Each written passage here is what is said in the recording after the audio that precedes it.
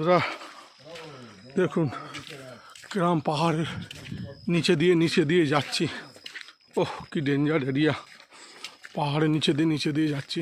দেখুন জলের স্রোত বইছে, এরপরে জল আরও বাড়বে।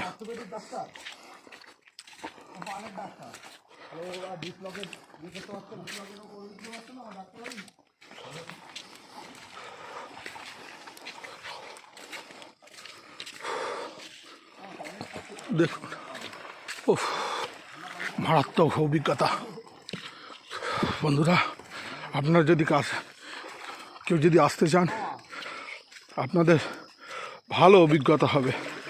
এই অভিজ্ঞতা এই দেখুন